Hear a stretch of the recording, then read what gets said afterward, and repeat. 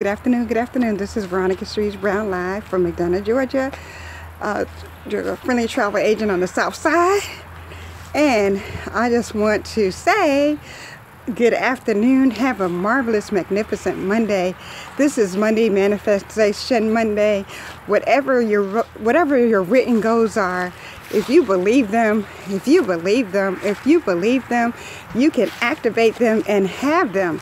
And today, this afternoon, I just want us to be intentional and be conscious about our gratitude.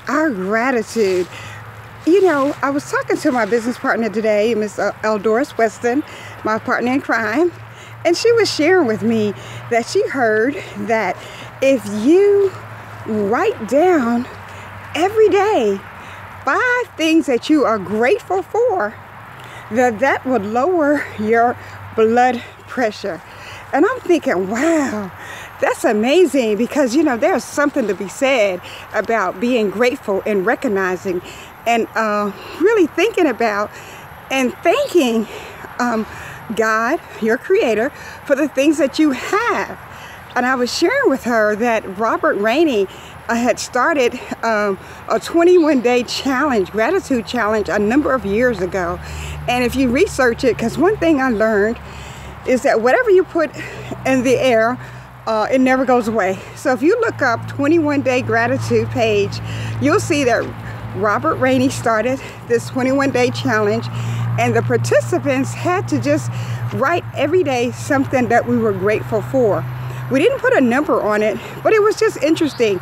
And see what it does, it holds you accountable. If you begin to be a part of something and you commit to it, it holds you accountable, not the group, you. So I think that's a great idea. I'm not going to put a challenge out there for you to join a 21-day gratitude page, but I will encourage you to write down 5 things that you are grateful for. And one of the things that exercises that I did when I was traveling across the United States with this wonderful Timothy Burgess and his T&B sales, I started working with the women, and we became, so, you know, you always start a little group because people want to be a part of something. People want to be a part of something great.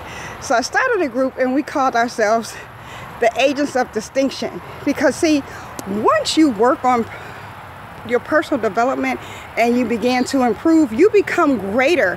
What it is that you already have greatness within you, but once you become a part of something and you commit to change, you become the change that you want to see. So our ladies became the Agents of Distinction, and they embraced that. And every day they had an assignment, and one of the things that I asked them to do is to write down 5 things that they were grateful for. And because these ladies were changing their lives and had made a decision to do something different and come out of their environment, and they trusted Mr. Burgess, they saw an ad, and they said, and he said if they wanted to change their ways and change their lives and to make something of themselves, they had to trust, number one, they had to trust the process, and they had to give up the things that they were comfortable with and agree to come on the road. And you know, of course, they had to be 18 years or older, and they had to make a commitment. There was no records check, there was no background check. There was just a person was accepted for who they were, and you believed who they were until they showed you something differently, and then you had to change, you know, you had to be judged accordingly. And that was wonderful because they packed up their stuff, and he sent a Greyhound ticket, bus ticket, and they met him.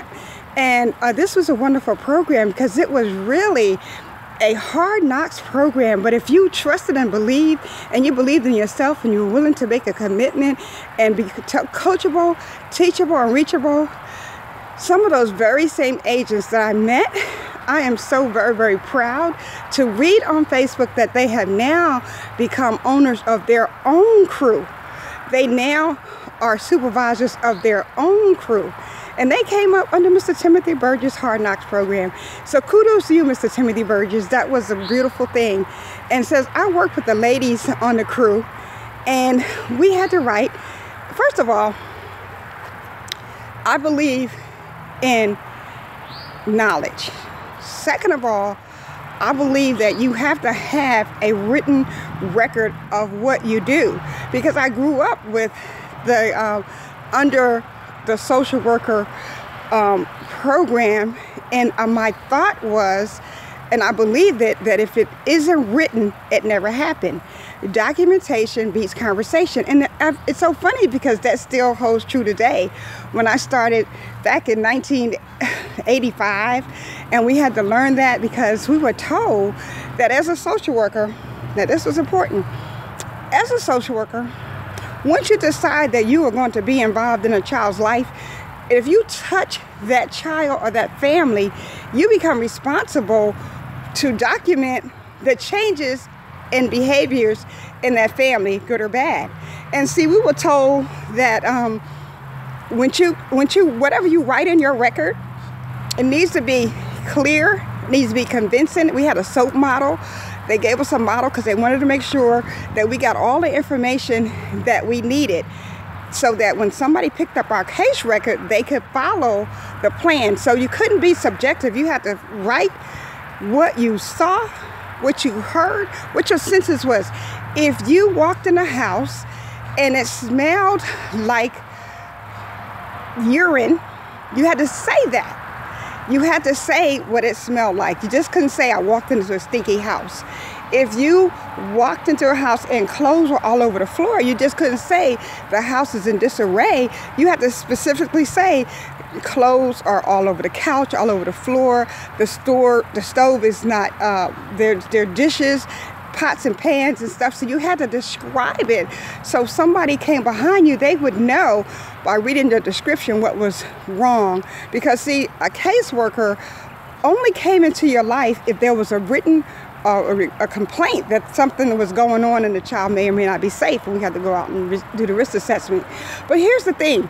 The reason why they told us to write our case notes like that is because you were responsible for that child until that child turned 18 and aged out of the system. So now that I'm out of the system, if something happened to one of my kids, they go to the record and they see, oh, 1991, Veronica Streets Brown was a caseworker. So they're going to call me up and say, I need you to come and testify. And so all they're going to give me is my case record. That's all they're going to give me. So when I look at my case record, whatever notes I have in it, those are the notes that I have to testify to. So you see, I still operate in that fashion.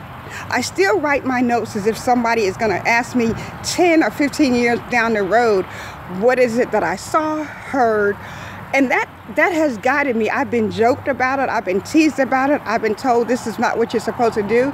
But you see, you do what you know, what you know, what you know, what you know.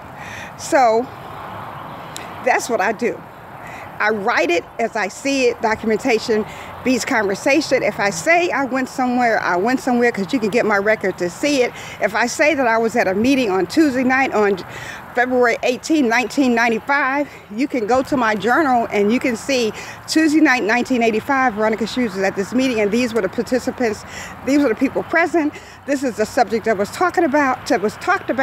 These were the notes. So that's how I live my life. And now I have lots of journals. So when I came on the crew with my ladies, and we decided that we were going to have a ladies group, because my lifestyle and my school of thought is different, I purchased journals for them, and I give each lady a journal.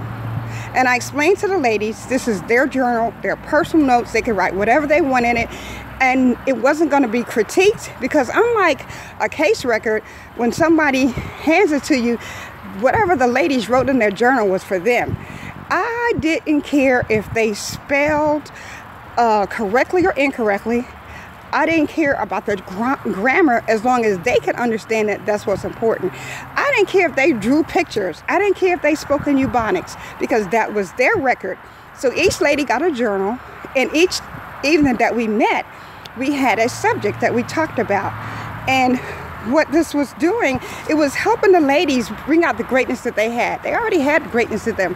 They already knew that they wanted to do something different. They already decided, they made a decision. They got MAD, they got mad and made a decision. They wanted to change some things. And so in doing that, it's like they were ready to be changed. So they decided to be changed. In order to do that, they had to accept compliments and criticisms. And when they got those, they had to be able to decide if they were going to follow them or if they didn't. If they didn't, the consequences was not good. If they did, life was good. And then they had a slogan that I liked, and it said, "Do it." You say, "How you doing?" "Doing good and getting better." See, that still resonates well today. We're doing good and getting better. And so here we roll the tape forward to 2018. See, I've always had groups. I've always had groups. See, going back when I was with Department of Family and Children Services and DFACS, I became MAP certified. And so what is MAP certified? MAP certified was the state's definition. It was a model approach to partners and parenting skills. So what I had to do is I subjected myself to what the state felt that a parent should do, and to have a model approach so that we would know we would be disciplining the same way, we would be talking the same way, we would treating the children the same way, so that when they came, if they went from this foster home to that foster home, they knew that they would not, we were against corporal punishment. We had to have things that, we had consequences, we had rewards and behaviors, we had rewards and disciplines and all of that, but we had it was a systematic way, because prior to that, kids came in and out and people did whatever they want based on how they were reared. So they had to go to a system and they had to understand what the state required. In order to do that, they had to go to a class, and they had to go to a series of classes. And if my memory serves me right, they had to go to 14 weeks of classes, and we had a big notebook, and we were responsible for teaching them what the state says that they could do to the children, because the children were not their children.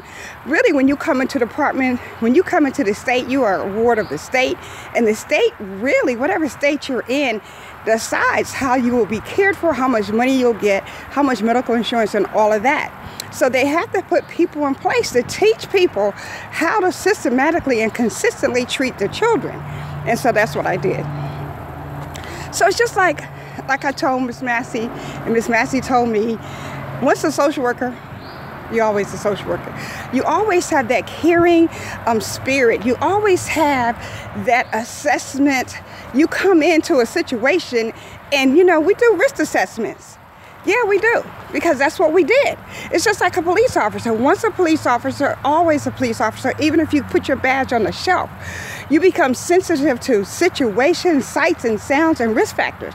So that's how I work my business. That's how I work my life. I'm always assessing the situation. What is the probability that we're going to have a positive outcome? What needs to happen for you to reach the goals that you set? So in order for you to reach the goals that you set, you have to set some goals. In order for you to set some goals, you have to be specific. You have to know what it is that you want to accomplish. You have to, the goal has to be measurable, because if it cannot be measured, we cannot measure the results. So it has to be specific. It has to be measurable. It has to be achievable. So when you come into the business and you want to make a certain amount of money, you have to have a realistic goal, because you can't come into business today and make $1 million tomorrow legally. So the goal needs to be specific, it has to be measurable, it has to be achievable, it has to be realistic, and it has to be time sensitive. So we have all those things, and those are called SMART goals. And see, this is the same way that I work with my parents. When I got a case, I had to go knock on the door. The difference then is that I was involuntarily into your home. The parents didn't want me in their homes, because when I showed up with my badge, it said that the state of Georgia says there's something not quite right. And parents were really upset about that, because sometimes those cases, those situations were mistakes. Sometimes those situations, those calls were people being mad at each other. So I had to really do a clear assessment, because if it was a situation where somebody is abusing the system, I had to have real clear and convincing evidence to say this case is not substantiated or it's not warranted, so we can close the case and get out of it. So it's the same way that I operate with my business, with my life. I assess the situation, and when I share the value of my business with the public, because that's what we do. We share the value of our business, whatever business you're in. We share the value so that people can make an informed decision. And once you take a look at something and you contact me and you say, Ms. Brown, I'm interested, tell me more, so then I'll tell you more. But the thing is, because we have a proven system of success, and I'm not at all those upper levels. Even when I was in social work, I had a supervisor over me, and my supervisor had a district director over them, and a district director had a state person over them, and a state person had to answer to the commissioner, and all the way to the top. So it is with any business. So whatever level you're on, you've got people making decisions from the CEO all the way down. And when you become your CEO of your business, then you are the one, and then your team comes to you, and so forth and so on. So if somebody says, is this a pyramid? Absolutely, everything is a pyramid. The difference is, it's not a pyramid scheme, because a pyramid scheme is where there's no products and services and people take money and offer nothing. So this is a pyramid because everything is a pyramid, but it's not a pyramid scheme. So let's deal with the elephant in the room. Be honest with people. Tell them the truth about what you have. And if you're not sure, have them say, hold on a minute. You get somebody on the line that has been more experienced in the business or above, so that they can tell the person, get the questions answered. See, the thing about our business, we're totally debt free. That's a plus. The other thing is that we are so transparent. We are now publicly traded. So it's like you can't even be hiding stuff when you start getting in the market. When you start playing with the big boys, you got to be true. And our relationships, Traverse Global has relationships with some of the biggest vendors in the world. I mean, vendors that you have heard of. Everybody has heard of Carnival Cruise Line, Delta Vacations, Norwegian Airlines. Those are our partners. And so they only partner with about 500 affiliates, and Priceline happens to be number 2, and we're right up there. We're number 2. So just knowing your business helps you. When you're talking to a person and they're trying to make a change, they got to know that this is a company that's not going to run out of business, that's not going to not pay them. This is a company that's always going to pay them, not on time, but ahead of time. It's important for them to know that they're 17 years debt free, so it doesn't matter where you come in at. You got 17 years, 18 years to be. As a matter of fact, this is a new year. 18 years, you're standing on a company that's 18 years debt free. That means something.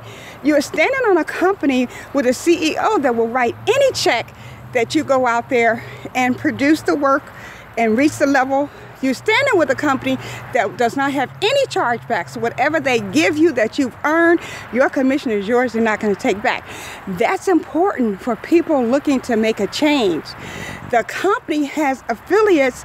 The company has agents. We're global. So it's not only Atlanta just happens to be our hub right now, but DC has one, Chicago has one, Maryland. I mean, we are global. UK has one. So wherever you are, you just let me know. If you want to do this, you just let me know you want to do it, and I find out where you live, and I can send you to. You can still operate in our organization, but when there is a corporate event, you don't have to travel. We can find one in your area or close to you. That's the beautiful thing about this. And see, what I came out here today to talk about was being intentional, was being appreciative of who is in your circle. Like, I'm in my front yard. So my front yard, When I talk about my business, my front yard is Priceline. Priceline. That's my front office. So you can go and do a self-checkout, and you can go and book yourself a trip, print your own ticket. You can rent yourself a car. You can do so many things from my front office. Yeah, yes you can. And I'll give you that information if you want it. Because you see, I'm 100% legit. So, but if I walk around, and I walk around to my back, if I go to the back, when I go to the back, see, when you go to the back of something, it's just like this. When you go to the jewelry store, and what they have in the front, or if you go to, especially when you go to Chinatown, the stuff that they put out front, that's stuff for the regular people. But when you really want something that's exclusive, you ask them to bring you stuff out of the back office, out of that safe. So when I walk around and I'm going through my business, and you go through your business, when you go to your back office, that's a secure site. Yeah, that's a secure site. You only can get to your back office.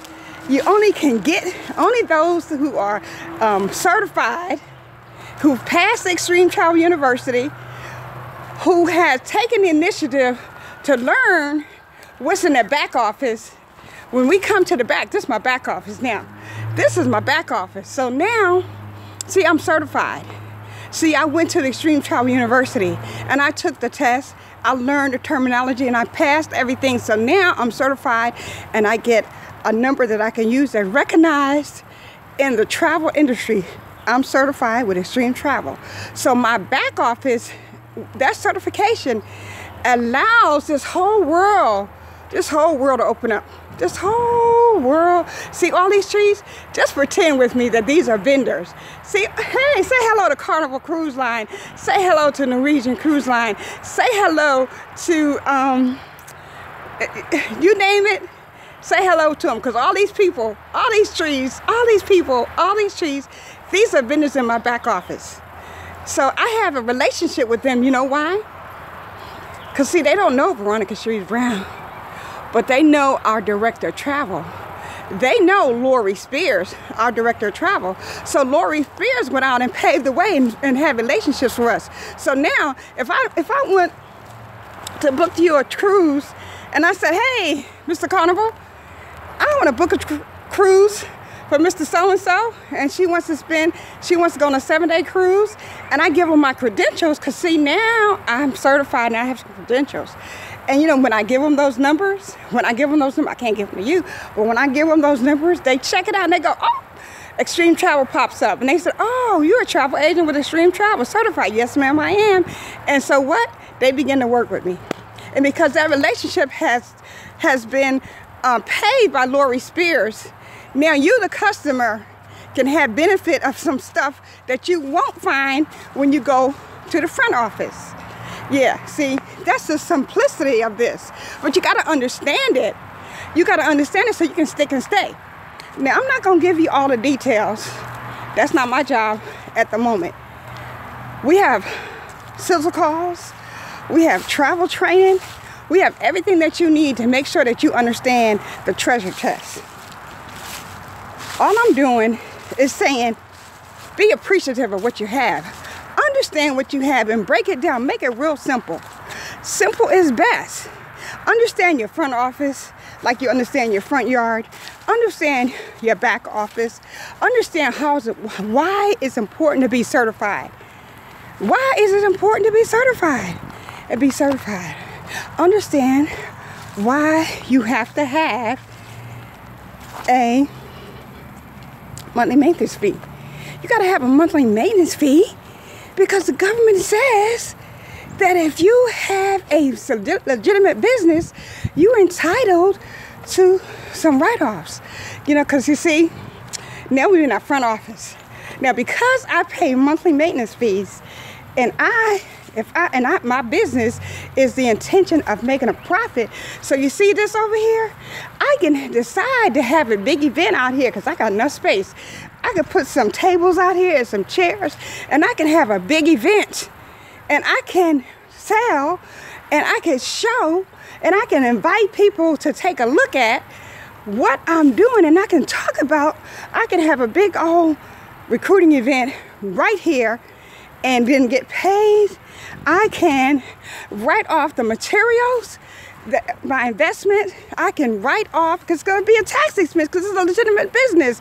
My promotions, my marketing materials, my cards, my advertisements, my phones, this tablet, this internet, this stuff could be written off because I have a legitimate business. I pay a monthly maintenance fee. So understand what you do so that you can explain it to a person. Because you see, real deal. When I was working, and we were supposed to work 40 hours a week, God knows sometimes we work 70 and 80 hours a week. And I used to drive by neighborhoods like this, and I used to see people sitting on the front porch. And I was like, God, how could they sit on the front porch? How do they have enough time to sit on the front porch? Because we work from sun up to sundown, and then some. I never understood how people could do that. And I wanted to do that before I was too old to be able to appreciate, while I still had some senses, I wanted to do that. How can people do that? They invest in a plan B while their plan A is working. They start putting money away. They start doing things so when that time comes to retire, they can do it while they're still young enough to improve, to enjoy it. Yes, they can. And you know, our God is an awesome God, because every single time, see, I've been sick since Friday, and I've been working hard because me and sickness don't do well. Me and sickness don't get along. So every day when I pray about it and I do whatever, I lay hands on my own body. I lay hands on my own body and I ask God to heal this stomach and settle this stomach, but I don't forsake my business. So I come out and I do, if I made a commitment to God that I was going to make 30 videos. Yeah. Because if God can commit to committing, if God can commit, and he committed to creating the whole world in 7 days, we have no idea how long the 7 days was. If he can commit, see, numbers are important. If he can say that I'm going to go away for 40 days and I was going to reign for 40 days and 40 nights, or you're going to be in the wilderness for 40 years, numbers mean something to God. So if it matters to him, it matters to me. So I know it takes 21 days to make a habit. It takes 21 days to create a habit so that you'll do it. So I'm saying, okay, God, 30 days I'm gonna make this videos, whether it's Facebook. I was doing Facebook Live and I was doing good. I was going out there doing it. And then they told me, hey guys, do you know, if you don't do a certain thing, all the things that you can see, we don't read the fine print. We don't read the fine print, and the fine print, it tells us that whatever you do on Facebook, if you don't copyright it, if you don't do it a certain way, if you don't write it a certain way, if you don't put it out in a certain way, it belongs to Facebook. So I suggest that we stop just signing things and go down and read the fine print. Because the fine print is what keeps you in bondage. So it was suggested that I start doing some of these videos on YouTube. And you know, I'm doing some of these videos on YouTube, but you know what? I recognize that I'm a novelist in this, and I recognize that until I get help, I'm just gonna do what I do until somebody volunteers to come out here and help me. But until they do, because I'm my own independent, I'm responsible for Veronica Shreves Brown. So Veronica Shreves Brown is gonna do something till I learn how to do it better. Whoa. You're gonna do something? Because I take responsibility for my actions. Because see, I take responsibility for my actions, because without God, I wouldn't be here. And see, my belief in God and tells me that I can do all things through Christ who believes. Because I believe in him. I believe that I will have a massive organization because he told me I could. The prayer of Jabez, I know that and say that. The story of Job, I'm the modern day Job. I've lost property, homes, people, respect, you name it. But every day I rise, because on the third day God rose. And I love because he loved first. He showed me how to do that. So Veronica Shreves Brown is a servant leader. Veronica Shreves Brown has committed her life to do whatever Christ asked, whatever he asked in a way, and if I do it wrong, forgive me. But I'm coachable, teachable, and reachable. I'm not hiding. You know where to find me. So, with that being said, it's a beautiful day. It stopped raining. I'm gonna do a little something today. I feel a lot better than I felt on Friday night. Saturday, Althea and Nolo could tell you I was sick, but I honored my word and I came out.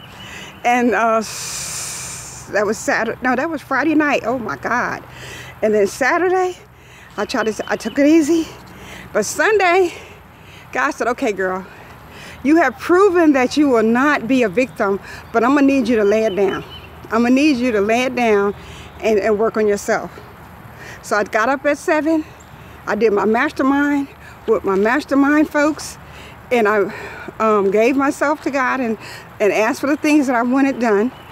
Then I went back to bed. So now, and then yesterday, it was a rough day, but I still smiled. I still got up. I still bathed. I still did the things that I was supposed to do. I still did the things that I committed to do, but there was a few meetings that I couldn't make, but I still invited people. I still contacted my executive director and told her, hey, guys, I say executive director. I don't mean any harm. That's just something that comes out, because for years I had directors. My executive diamond, I let her know that I invited guests. But guess what? Because I follow up on people, the guests, some of the guests that I invited, they called me up and they let me know, listen, I can't make it. But they didn't make it a done deal. They called me up and they rescheduled. So I call that a success. So I always promote for the next event. So guys, the next event, I don't know what time it is. We have a call at 1 o'clock. We have a call at 6 o'clock. And the big corporate event is Tuesday at the DoubleTree Hotel. So make sure you lay all business aside and come to the next event. Promote your next event, guys. This message, what I was talking about, is being grateful. Be thankful and grateful. If you have whoever your upline is, whoever introduced you to the building, whoever introduced you to the business, I don't care if they just have one person and you make that second person. Thank them, because together y'all can rise to the top, and together y'all can be whatever you want. If you have a national on your team, don't fight the national. The national learning. She's learning from the next level up. So be kind to your nationals. Ask her what you can do for help. Write down your goals, because her job is to help you reach those goals and help you, point you out to the direction to get there. If you have an international executive on your team, let her know that you appreciate her. And I tell you, life is tough, because I heard one of the first level diamonds say that her leadership, she's 4 levels down, and she is an executive diamond. So really, guys, that let me realize it doesn't matter whether you're a national or you're executive or you're diamond. Doesn't matter. It really truly doesn't matter if they really can't see your potential, because God sees it. So whatever you want to do, whatever you want to do, make it your business to do it. Make it your business to take the stumbling blocks and make them your stepping stones. Because you see, when you become successful, all those who told you couldn't, man, they'll be running to get in line to celebrate you. They'll be running to come and say, I knew you. And you know what? When you do that, in spite of that, you just smile and say thank you. Because you don't know what challenges they're going through. So be grateful for those who sow positive seeds in your life. And for those who don't, pray for them. Pray for them, because God knows if you are not nice to one of God's children, you need prayer. Because see, you can tell God's children. Because God's children, doesn't matter about the color, doesn't matter about it doesn't matter about anything. You know God's children, because they're going to be speaking positively. They're going to be smiling. They're going to give you the benefit of the doubt. That's how you know they're going to be the light in a dark world. That's how you know you're speaking to a child of God. And when you speak to a child of God, when you speak against a child of God, don't worry about it, because God knows. He tells us, forgive those who do not know what they're doing. So we have to forgive those, and we have to make sure, we have to check ourselves out, and too, we have to look in the mirror and say, God, please don't let me be that person that's talking negatively about a person. You have to ask God, because see, we're human. You got to ask God, please let me find it in your heart. Open your heart, open your eyes. Be nice to people. Be kind to people. And you know, the hardest thing is to be kind to somebody who's not kind to you. But if you ever stumble, go back to the Word and go back to Jesus' life and go back to how he conducted himself when he was lied on, cheated, his people, his right hand, God, it's already written. So if God did it and he was innocent, who are you? Expect that. But don't let it stumble you. Just say, okay, and pray about it, smile about it, and move on. Today, the lesson is Magnificent Monday. Manifest some good thoughts so that you can manifest some good actions, and so that you can manifest some good goals. It's Money Making Monday. Let's do this. I'll talk to you later. Bye-bye.